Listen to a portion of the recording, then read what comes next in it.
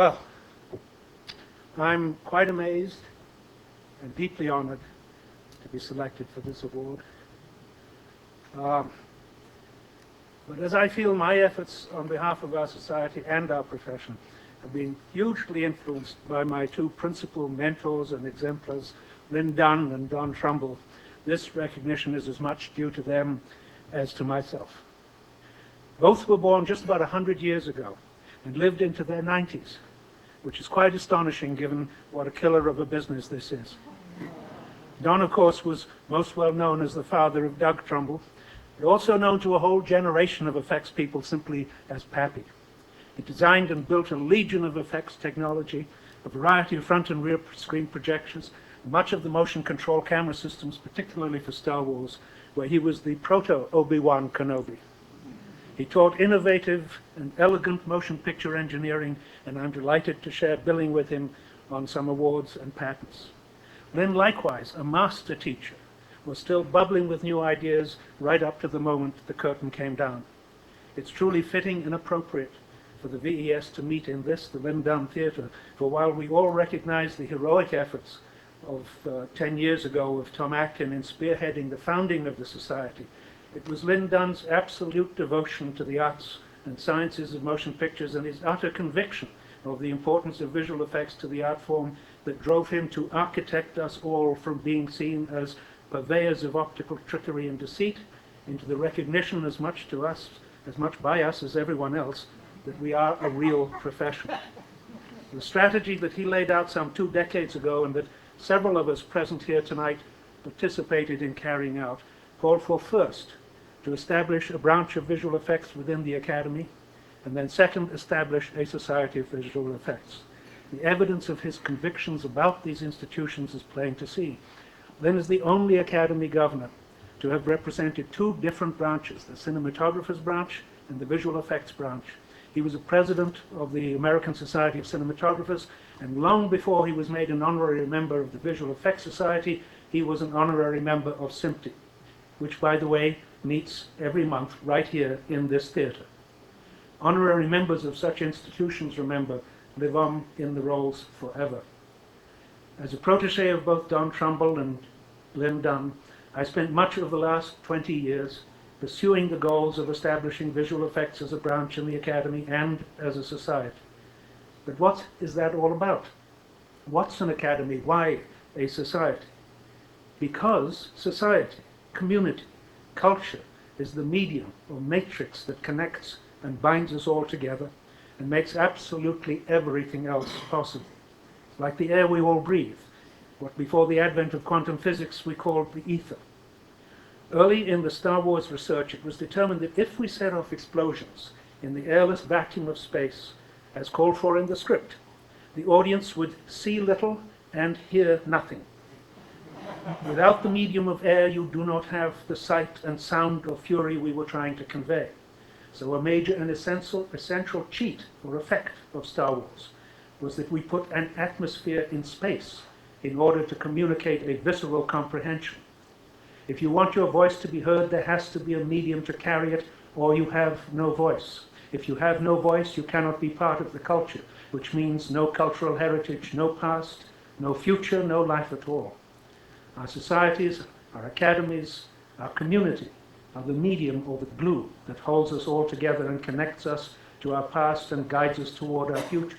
And for our future to be better, we have to bring forward the very best of our past, and that's what heritage is all about. There was once a proposal within the society to change the name to the Digital Effects Society to reflect the changing times and perhaps capitalize on the catchy term digital. Lord knows I've done it. I'm opposed to such a change in large part because it would serve to renounce an incredibly rich heritage. And remember, the views I express are my own and not necessarily shared by anyone. We are practitioners of an art far older even than the movies. The first lantern projection occurred in 1420. That was us. 200 years ago, we were known for beguiling optical illusions. 150 years ago, the magic lantern was the rage. And those of you who were here last night were treated to a tour de force demonstration of what an effect that is, with wipes, dissolves, and composite imagery. The Phantasmagoria was the birthplace of multimedia. Some of the earliest efforts to produce motion pictures were designed by Louis Le Prince to be part of a giant panorama, a special effect. And of course, the whole concept of movies, when they finally came, was a special effect. And when the motion picture process became routine, commoditized, and was no longer quite so special, we, that is to say, Lynn, developed the optical printer and extended the frontiers of our profession still further. What is also clear from this brief historical sketch is that we have no place in particular that we can call home. We are a tribe whose origins are lost in the proverbial mists of time, a diaspora scattered across the globe like gypsies, endlessly traveling like the players in Shakespeare's Hamlet who were admonished to hold a mirror up to life. Except that in our case, it's a Shupton mirror, and we'll sometimes even bend it. We're like so many Flying Dutchmen, destined to sail around the world endlessly until some producer genuinely professes to love us so that we can die in peace. For myself, it's now been 50 years. These are a couple of stills of from the first effects film that I was associated with, made far away in time and space, a student film called Brief Armistice, produced at the London Film School in 1956. It was an anti-war film set in World War II. I played a Luftwaffe pilot shot down over France who fetches up in a little French farmhouse with an invalid farmer and a shell-shocked English Tommy.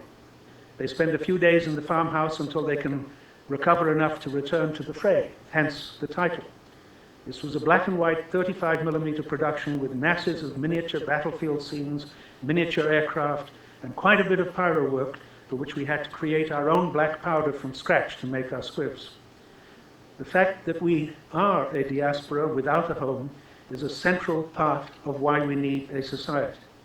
Our tribe is of diverse nationalities, ethnicities, and religions, but our society relates to our common bond as a profession, joins our voices so that we can be heard as well as seen, and permits us as a society to use that voice to participate as a member of the larger family of societies, a family that includes the Academy hosting us tonight, as well as the SIMPTE, the ASC, the BKSDS, and others. Within that family, we participate in a great debate when the occasion warrants, and a great chorus when that occasion warrants. Beyond that, the family sometimes pools its resources and its talents to study and learn and do research for the common good. Right here in this building is housed the Esmeralda stage. On this stage are conducted a variety of studies. Participating in these studies is an informal consortium of societies, including this one, as well as the ASC, and particularly the Academy Science and Technology Council. As a relative newcomer on the scene, we're obviously a minor associate at present, but over time, as we grow in stature and resources and wisdom, we will hopefully assume a respectable place at the table and in the debate, and make our voice heard in the chorus. And what such a chorus can achieve is considerable. In the area of advanced technology, the Academy Council, the leading voice in this chorus, is studying the issues you see here. And film stock analysis, a study which began with the now defunct TCMPT and was taken up by the VES Technology Committee, which committee, by the way, brought the Esmeralda easel to the Academy Pickford Center. The Council is also developing ways to characterize the newly emerging digital cinema cameras and working to resolve the quagmire brought about by the multitudinous digital image data file formats. There is an ancient Chinese curse that says, "May you live in interesting times." Well, we're now way past mere interesting, we're all the way to white-knuckle fascinating. A real killer problem the Council has resolved to tackle is the problem of digital archive. It's perfectly obvious that migration will fail because you only have to miss the migration bus one time and you're out. And not to mention there will never be enough buses. A real solution has to be found, and soon.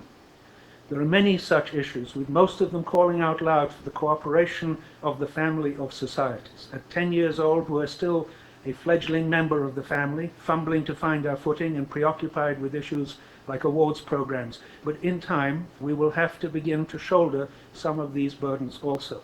And when I say the society should bear the burden, what I mean, of course, is that you should bear the burden, because any society, any academy, is no more than its academicians.